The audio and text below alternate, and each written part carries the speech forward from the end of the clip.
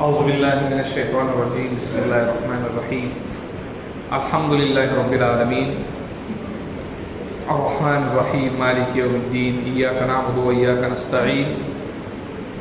آج کی تفسیر میں آخری 3 آیتیں باقی ہیں، انہیں کی تفسیر ہوگی اور لیلۃ القدر کے بارے میں تھوڑی 5 منٹ کی گفتگو ہوگی۔ اس لیے الحمدللہ شروع 1 رمضان سے آپ الحمدللہ بیٹھے رہیں۔ تفسیر کا علم کے اندر بیٹھنا جس سے قرآن سننا ثواب کا درجہ رکھتا ہے کہ قرآن کے ایک حرف اگر 10 نیکیاں اللہ تعالیٰ لکھ دیتے ہیں، اس سے زیادہ قرآن سمجھنے پر اللہ ثواب عطا فرماتے ہیں۔ جب قرآن کا ترجمہ نہ جان کر پڑھنے پر ایک حرف پر 10 نیکیاں ہیں تو قرآن کی تفسیر کو سمجھنا اس سے زیادہ ثواب کا درجہ رکھتا ہے۔ اہدنا الصراط المستقیم ترجمہ یہ ہے کہ ہمیں سیدھا راستہ بتائیے۔ صراط الذین انعمت علیہم، ان لوگوں کا راستہ جن پر آپ نے انعام کیا، غیر المغضوب علیہم ولا الضالین، نہ کہ ان لوگوں کا جن پر آپ کا غضب یعنی غصہ نازل ہوا، اور نہ وہ لوگ جو راستے سے بھٹک گئے۔ سورہ فاتحہ قرآن کریم کا نچوڑ ہے، اور سورہ فاتحہ کا نچوڑ مفسرین نے لکھا ہے اہدنا الصراط المستقیم میں۔ ہم آپ سے ہدایت مانگتے ہیں سیدھے راستے پر چلانے کی، یہ دعا مانگتا ہے بندہ۔ اور یہ ہدایت کس کو کہتے ہیں؟ ہدایت کہتے ہیں کسی بھی کام کے مقصد تک پہنچنا آسانی کے ساتھ، مہربانی کے ساتھ، محبت کے ساتھ، اس کو کہتے ہیں ہدایت۔ اور گزشتہ 2 دن پہلے جمعہ کے اندر میں نے بات کہی تھی کہ قرآن کریم کا ترجمہ پڑھیے، تو پڑھنا ضرور ہے آپ کو قرآن کا ترجمہ روزانہ 1 صفحہ، لیکن اس کے اندر اگر کوئی بات سمجھ میں نہیں آتی، ویسے تو تفسیر کے اندر لکھا ہوا ہوتا ہے، لیکن اگر سمجھ میں نہ آئے تو علماء سے ضرور تم پوچھ لیا کرو، اس لیے کہ ہدایت 3 طریقے سے استعمال ہوتی ہے۔ اللہ نے ساری چیزوں کو ہدایت عطا کی، ساری چیزوں کو ہدایت عطا کی اللہ نے، صرف انسانوں کو نہیں، جانوروں کو بھی ہدایت عطا کی، پرندوں کو بھی ہدایت عطا کی، پیڑ پودوں کو، یہاں تک کہ پتھروں کو بھی ہدایت عطا کی اللہ تعالیٰ نے۔ قرآن شریف کے اندر اللہ نے کہا اعطیٰ کل شیء خلقہ، ہم نے ہر چیز کو پیدا کیا، ثم ہدا، پھر ہم نے ان کو ہدایت دی۔ لیکن پتھروں کے اندر جو ہدایت اللہ نے دی ہے، ہدایت کس کو کہتے ہیں؟ کسی کام کا منزل مقصود تک پہنچنا مہربانی کے ساتھ، عزت کے ساتھ۔ اب دیکھیے یہ پتھر جو ہم مسجد کے آزو بازو میں لگائے ہیں، ان پتھروں کو انسان نے زمین سے نکالا ہے اور فائدہ مند بنایا ہے، اس کو یہ منزل مقصود تک پتھر پہنچ چکا ہے۔ اسی طریقے سے اللہ تعالیٰ نے جو چیزیں پیدا کی ہے، یہ تو پتھروں کو اللہ تعالیٰ نے ہدایت دی۔ اسی طریقے سے پیڑ پودوں کو اللہ نے ہدایت دی۔ کبھی آم کے درختوں پر املی اگی ہوئی نہیں دیکھیں گے آپ، اور کبھی املی کے درختوں پر آم اگا ہوا نہیں دیکھیں گے، سمجھ رہے بات؟ کانٹوں کے درخت پر کبھی آم اگا ہوا آپ دیکھیں گے نہیں۔ کیوں؟ اللہ نے ہر چیز کو ہدایت عطا کی، وہ اپنے منزل مقصود تک پہنچتا ہے۔ قرآن کے اندر اللہ نے یہ کہا ہے، اس لیے بعض لوگ اس کے اندر بھٹک جاتے ہیں کہ بھئی یہاں ہدایت سے کیا مطلب ہے؟ تو ہدایت کا مطلب یہ ہے کہ کسی بھی چیز کو منزل مقصود تک پہنچنے کا راستہ بتا دینا۔ جیسے کسی نے آ کر آپ کو پوچھا کہ بھئی یہاں سے کولہاپور جانے کا راستہ کیا ہے، تو آپ نے کہا کہ ایسا جاؤ، وہاں سے ٹرن مارو، وہاں ایک مسجد آئے گی، پھر وہاں سے سیدھا جانا۔ تو یہ ہدایت اللہ نے ساری چیزوں کو دی ہے، پتھروں کو دی، پیڑ پودوں کو دی، یہاں تک کہ جانوروں کو بھی دی ہے اللہ تعالیٰ نے، جانوروں کو بھی دی۔ اس لیے شیر کبھی گھاس نہیں کھاتا ہے، جو درندہ گوشت کھانے والا ہے وہ گھاس نہیں کھائے گا، جو بکری گھاس کھانے والی ہے وہ گھاس کھائیں گی، وہ گوشت نہیں کھائیں گی۔ یہ اللہ نے ہدایت عطا کی ہوگی۔ اور انسانوں کو جو ہدایت دی اللہ تعالیٰ نے، وہ 2 طریقے سے ہدایت عطا کی۔ ایک ہدایت یہ عطا کی کہ اللہ نے قرآن رکھ دیا کہ قرآن شریف پڑھو، اب قرآن شریف پڑھ کر جو چاہے مسلمان بن جائے، جو چاہے کافر بن جائے۔ یہ ہدایت عام ہے، ساری دنیا کے انسانوں کو ہدایت دی اللہ نے، مسلمان، کیونکہ سب اللہ کے بندے ہیں، صرف مسلمان اللہ کا بندہ نہیں، دنیا میں جتنے انسان بستے سب خدا کے بندے ہیں، سب کو اللہ نے پیدا کیا ہے، لیکن اللہ نے گائیڈ لائن کے واسطے قرآن شریف رکھا، جناب محمد رسول اللہ صلی اللہ علیہ وسلم کی زندگی احادیث کو رکھا۔ اب ان کو پڑھے، جو پڑھ کر مسلمان بن گیا اس نے ہدایت پایا، اور جو نہ پڑھا کافر بن گیا، وہ گمراہ ہو گیا. یہ عام ہدایت ہے. ایک ہوتی ہے خاص ہدایت. دوسرے نمبر پر وہ کیا ہے کہ اللہ تعالیٰ قرآن کریم کے ذریعے بندوں کو اپنے قریب کرتے ہیں، حدیث کے ذریعے اپنے بندوں کو قریب پہنچ کرتے ہیں. ایک تو اللہ نے یہ بتائی. اب قریب کیسے کرتے ہیں؟ تو اللہ تعالیٰ انسان کو انگلی پکڑ کر چلاتے ہیں. جیسے چھوٹا بچہ ہے، اس کو چلنے نہیں آتا ہے، تو اس پہ باپ انگلی پکڑتا ہے اور اس کو چلاتا ہے. اس جو سورہ فاتحہ میں جو ہدایت مانگی گئی، وہ اللہ سے کون سی ہدایت مانگی گئی؟ کہ اللہ تو ہماری انگلی پکڑ کر سیدھے راستے پر چلا. سیدھے راستے پر چلا. سیدھا راستہ کون سا ہے؟ صراط مستقیم. صراط کہتے ہیں راستے کو. کون سا راستہ؟ ایسا راستہ. صراط مستقیم ایسا راستہ جو کشادہ ہو، یعنی بڑا ہو، اس کے اندر ڈبرے نہ ہو، برابر ایک لائن کا ہو، اور نزدیک ہو. منزل جو اپنی منزل پہنچنے کی ہے اس سے نزدیک ہو اور آسانی کے ساتھ پہنچتا ہو، اس کو کہتے ہیں صراط مستقیم. اس کو کہتے ہیں صراط مستقیم. تو انسان پانچ نمازوں کے اندر یہی دعا مانگتا ہے کہ اللہ ہماری انگلی پکڑ کر ہمیں صراط مستقیم پر چلائیے، صراط مستقیم پر چلائیے، سیدھے راستے پر چلائیے. اب سیدھے راستے پر اللہ نے یہ نہیں کہا کہ صراط القرآن، قرآن کا راستہ، یہ نہیں کہا. صراط الرسول، رسول کا راستہ، یہ نہیں کہا. کیوں نہیں کہا؟ اس لیے کہ اللہ کا ایک طریقہ ہے. اللہ کا ایک طریقہ ہے. طریقہ کیا ہے؟ کہ اللہ نے ہر زمانے میں کتاب کے ساتھ نبی اور پیغمبر کو ضرور بھیجا ہے.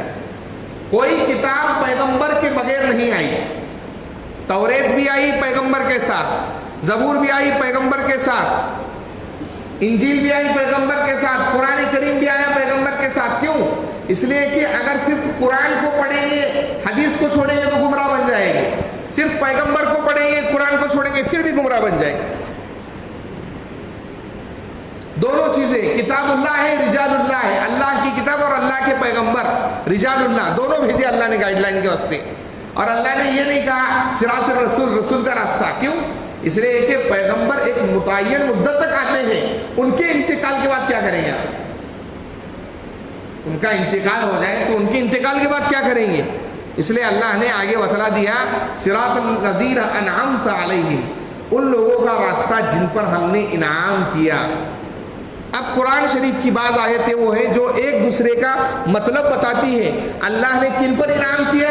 تو قرآن شریف کے اندر کہا فَأُولَٰئِكَ مَعَ الَّذِينَ أَنْعَمَ اللَّهُ عَلَيْهِمْ، اللہ نے انعام کیا من النبیین، نبیوں پر، والصدیقین، اور صدیق پر، والشہداء، اور شہیدوں پر.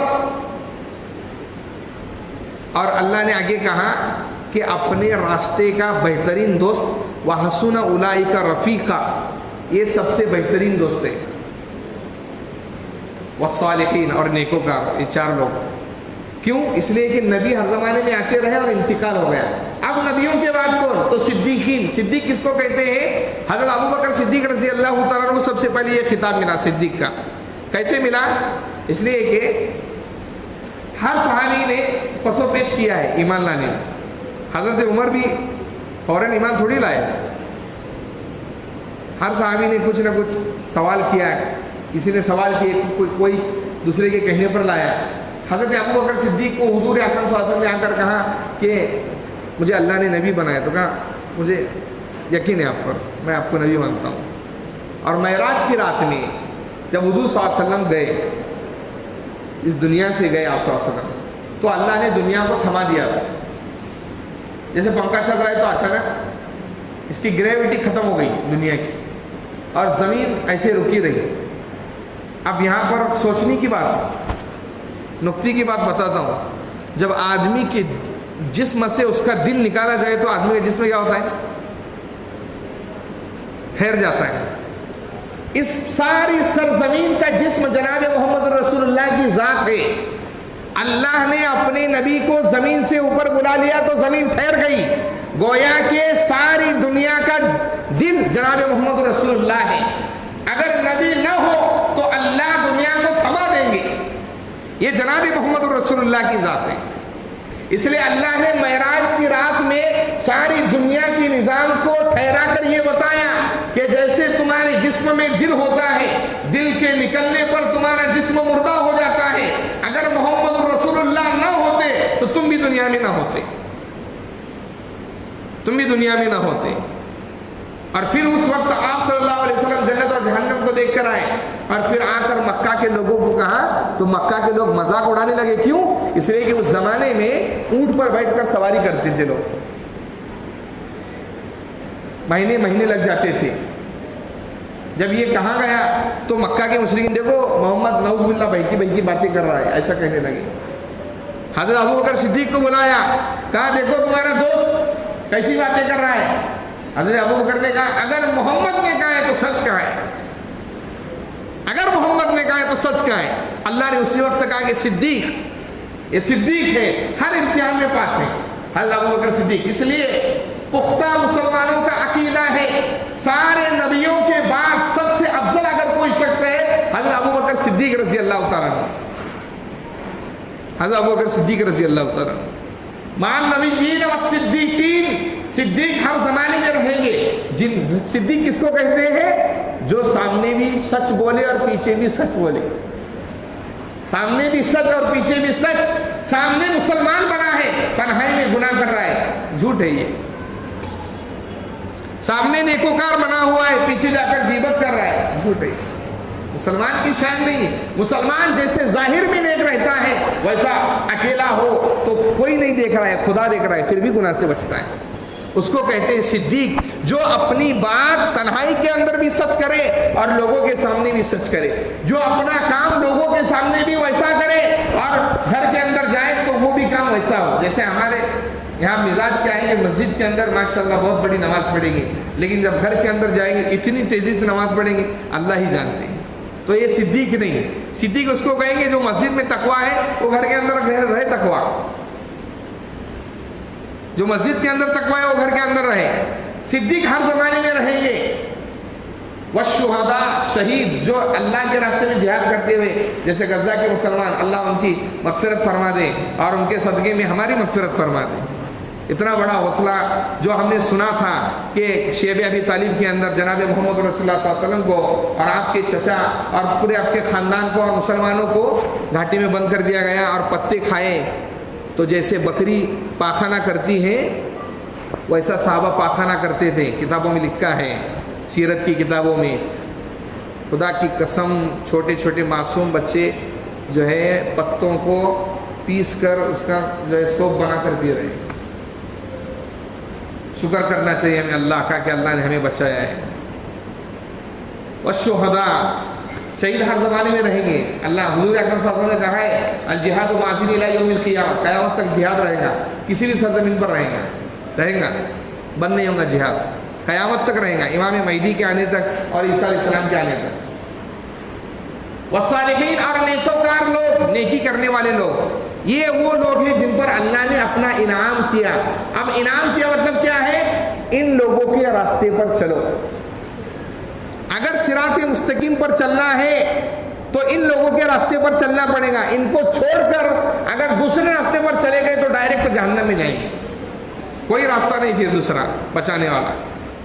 اس لیے ہر زمانے میں لوگوں کو اپنا قائد ایسے لوگوں کو بنانا چاہیے جن کی زندگی عبادتوں میں گزر رہی ہے، جن کی زندگی اللہ کے فرمودات پر، فرمان پر اور رسول اللہ صلی اللہ علیہ وسلم کے فرامین پر چل رہی ہے۔ اور آخری آیت کے اندر سورہ فاتحہ کا آخری حصہ غیر المغضوب علیہم ولا الضالین، حضور اکرم صلی اللہ علیہ وسلم نے کہا، خود آپ صلی اللہ علیہ وسلم نے اس کی تفسیر کی ہے اس آیت کی، کہ جن پر اللہ کا غضب نازل ہوا وہ یہودی لوگ ہیں۔ وہ کون لوگ ہیں؟ یہودی لوگ۔ دیکھیے اسلام کی تاریخ رہی ہے اور قیامت تک یہ تاریخ رہی ہے، اس کو یاد رکھیے آپ، میں جو بول رہا ہوں یہ جو چل رہا ہے غزہ کے اندر یہ سب یہودی لوگوں کے کارنامے، ان کی وجہ سے مسلمان مر رہا ہے اور قیامت تک ایسا ہوگا۔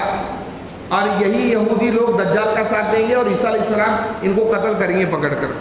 وہ برگد کا درخت آتا ہے، آپ صلی اللہ علیہ وسلم نے کہا تھا کہ ایک درخت ہے جس کو جو کہیں گا، یعنی سارے درخت گواہی دیں گے لیکن وہ درخت نہیں بولے گا کہ میرے پیچھے یہودی ٹھہرا ہے، وہ لوگ فلسطین کی سرزمین پر وہ لگا رہے، بلکہ ساری دنیا کے اندر وہ درخت مفت میں دیتے لوگ، لگاؤ ان کو۔ حضور صلی اللہ علیہ وسلم نے کہا کہ جن پر اللہ کا غضب نازل ہوا یہ یہودی لوگ ہیں۔ کیوں غضب نازل ہوا؟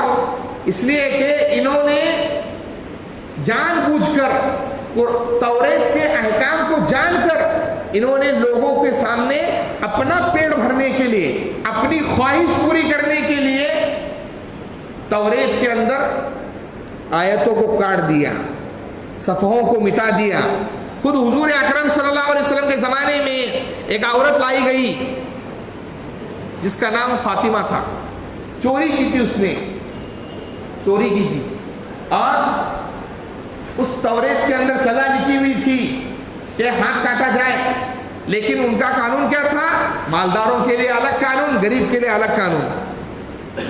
یہودی علماء ایسے تھے اس زمانے میں، حضور اکرم صلی اللہ علیہ وسلم کے زمانے میں، اور آپ صلی اللہ علیہ وسلم انہوں نے جو ہے توریت کے وہاں اس صفحے پر ایسا ہاتھ رکھا اور وہ بتا رہے ہیں کہ یہ نیچے جو ہے وہ چھوٹے۔ آپ صلی اللہ علیہ وسلم کو بات پہنچی تو آپ صلی اللہ علیہ وسلم نے کہا کہ نہیں، جبرائیل علیہ السلام نے کہا کہ لاؤ ان کی کتاب توریت اور دیکھو اس کے اندر ہے لکھا ہوا ہے۔ تو پھر جو حضور صلی اللہ علیہ وسلم کے لئے پالک بیٹے تھے، متبنہ بیٹے، پہلے زمانے میں یہ رواج تھا، اللہ نے اس کو ختم کر دیا، کہا کہ بھئی لئے پالک کوئی بیٹا نہیں ہوتا ہے، لئے پالک بیٹا، متبنہ بیٹا جس کو کہا جائے، بیٹا سگا نہیں ہے لیکن خرید لیا، اس کو بیٹا بنا لیا۔ شریعت میں یہ نہیں کہتی، شریعت کہتی کہ اس کے باپ کا جو نام ہے اس کے ساتھ اس کا نام رہے گا۔ حضور صلی اللہ علیہ وسلم کے جو لئے پالک بیٹے تھے حضرت زید، ان کے پاس گئے اور جا کر کہا کہ دیکھیے یہ مالدار خاندان سے کچھ سیٹلمنٹ ہوتا ہے کہ دیکھیے کیا آج کے زمانے میں سیٹلمنٹ۔ حضور اکرم صلی اللہ علیہ وسلم کے پاس گئے حضرت زید اور کہا کہ اللہ کے نبی وہ یہودی لوگ ایسے ایسا بول رہے ہیں۔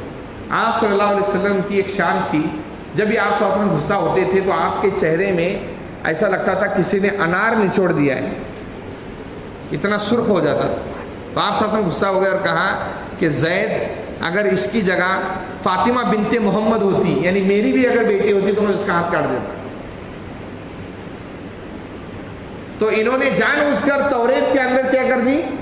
احکام بدل دیے اور وہ ساری چیزیں کی جو نہیں کرنا چاہیے، اس لیے اس پر اللہ کا غضب نازل ہوا۔ 40 سال ان کو اللہ نے موسیٰ علیہ السلام کے زمانے میں بھٹکایا، موسیٰ علیہ السلام کے زمانے میں۔ اور یہ جو یہودی ہیں جن کو ہم کہتے ہیں، ان نبیوں کے خاندان سے، یہ بھی یاد رکھیے آپ، نبیوں کے خاندان سے، لیکن گمراہ کیوں ہوئے؟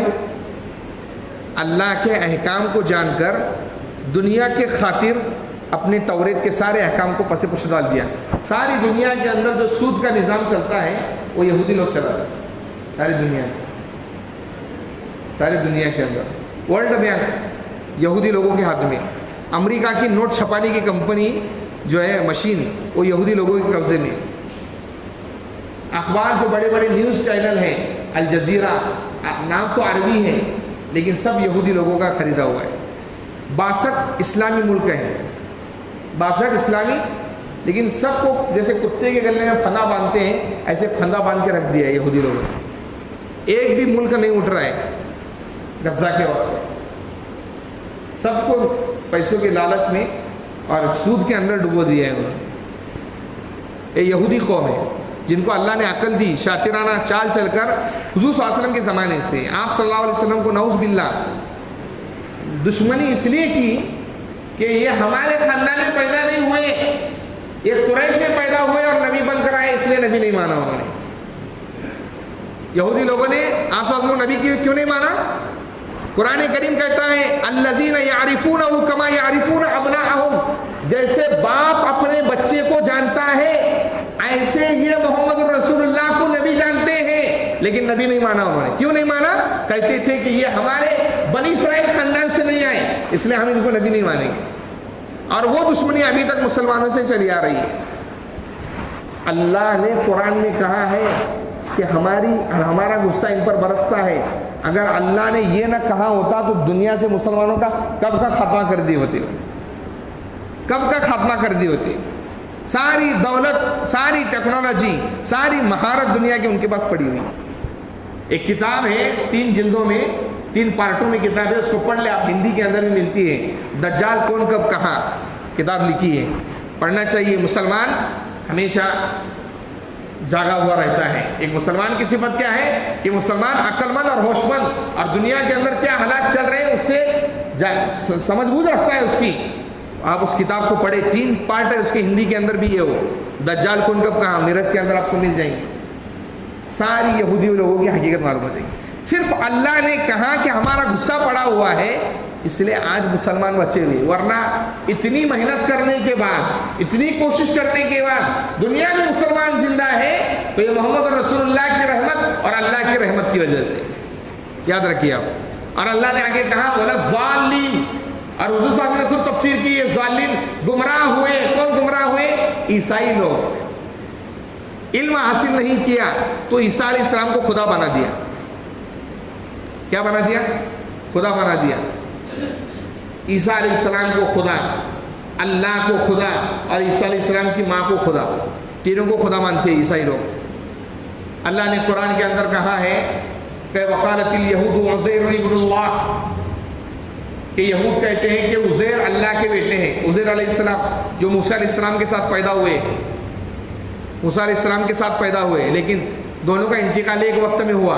لیکن حضرت عزیر علیہ السلام کی عمر 100 سال کم، 100 سال کم، اس لیے کہ اللہ نے 100 سال موت دی تھی ان کو، نیند سلائی تھی. دکھلایا کہ اللہ نے ہم دنیا میں کیسے زندہ کریں گے انسانوں کو، یہ بتایا تھا عزیر علیہ السلام. تو 100 سال سلا دیا تھا. تو عزیر کو اللہ کا بیٹا مانتے ہیں. اور وقالت النصارى، نصارہ کہتے ہیں کہ عیسیٰ اللہ کے بیٹے ہیں. یہودی لوگ، عیسائی لوگ یہ کہیں گے. سادی مثال سمجھنے کی آپ کو یہ بات میں سمجھا دیتا ہوں.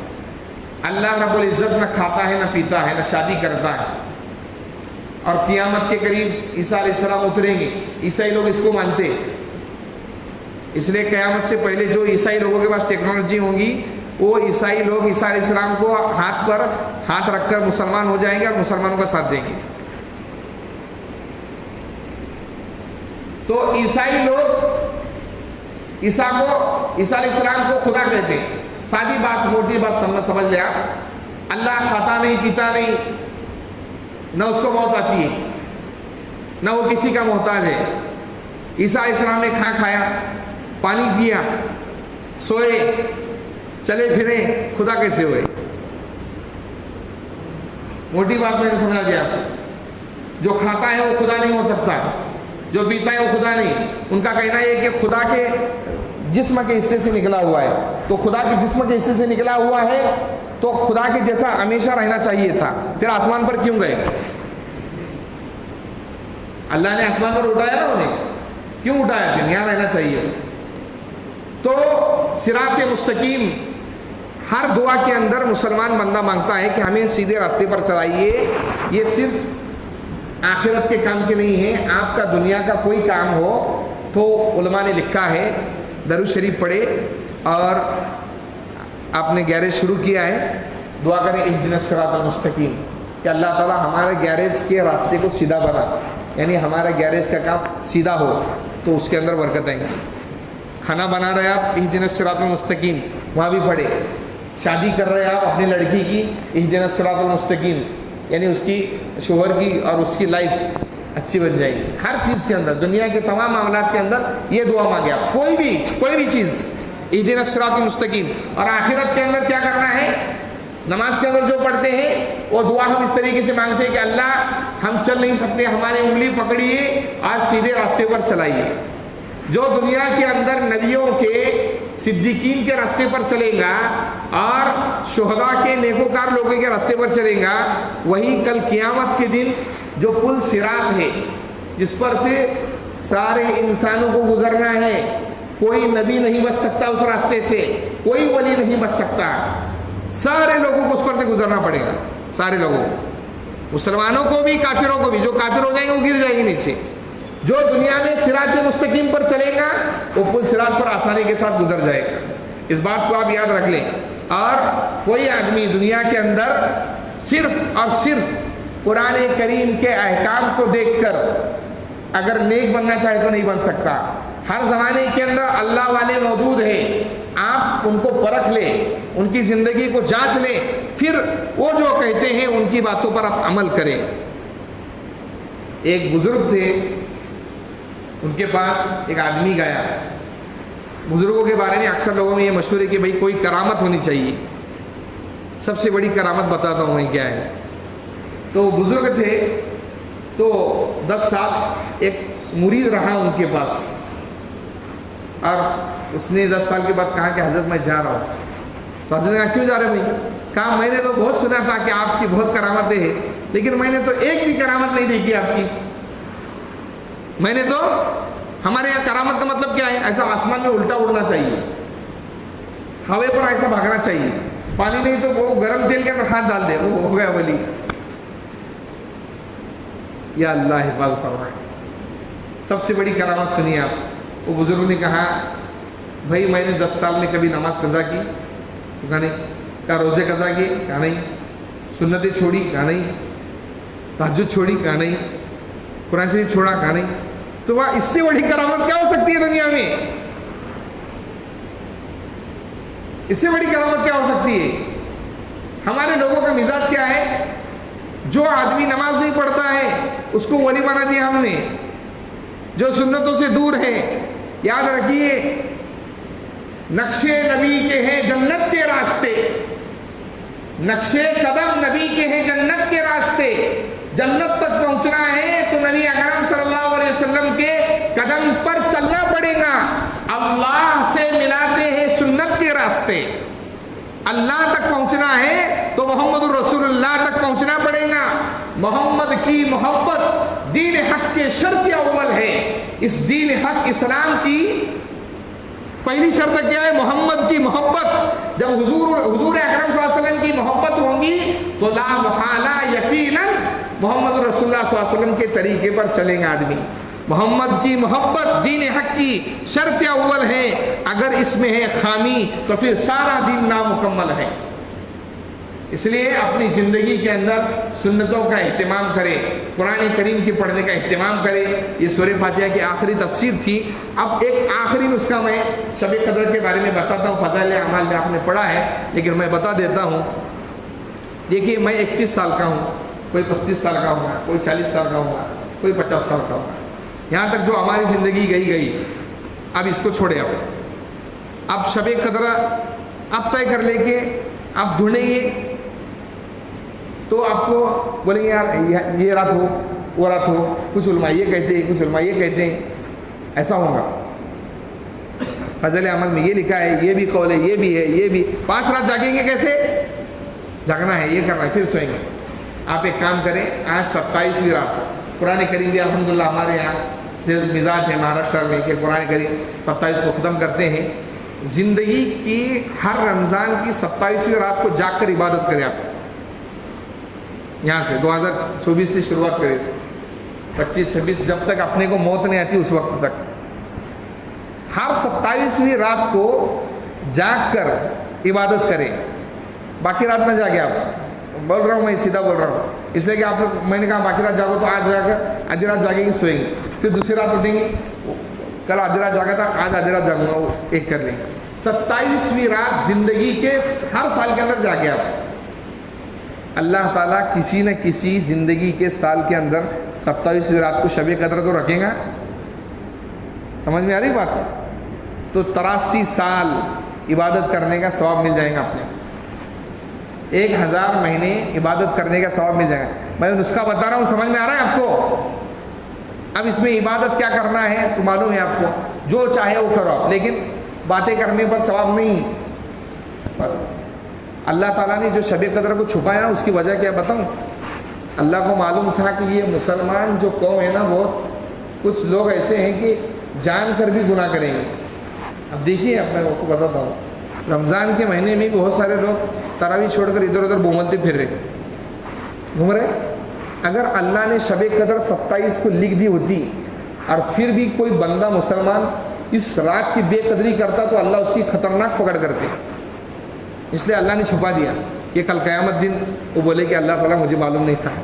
عذر بن سکتا ہے نا مسلمان کے لیے, سمجھ میں آیا؟ تو اس لیے زندگی کی ہر 27ویں رات شب قدر, ہر اس رات میں عبادت کرے آپ, باقی رات میں جاگے کوئی مسئلہ نہیں, جاگنا ہے تو جاؤ آپ, لیکن 27ویں رات جاگ کر عبادت کرے.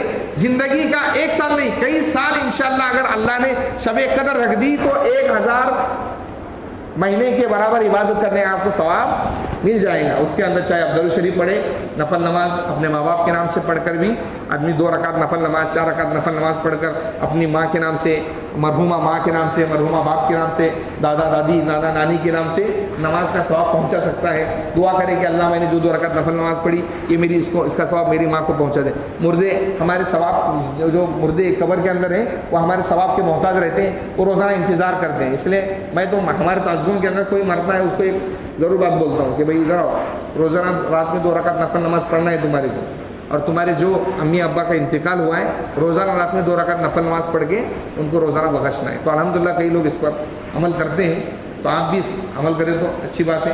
اللہ تعالیٰ سے دعا ہے کہ اللہ تعالیٰ ہمیں ان سورہ فاتحہ کی جو تفسیر کی گئی اس کو قبول فرمائے, ہمیں صراط مستقیم پر چلائے, اور ہماری موت کے وقت ہمیں کلمہ نصیب فرمائے, عافیت اور سکون اور راحت والی زندگی عطا فرمائے. سبحان اللہ بحمدہ, سبحانک اللہم و بحمدک, اشہد ان لا الہ الا انت, استغفرک و اتوب الیک. دعا تو الحمدللہ قرآن ختم پر دعا ہو گئی, اب جو ہے انفرادی آپ دعا مانگ لیں. کوئی اعلان کریں؟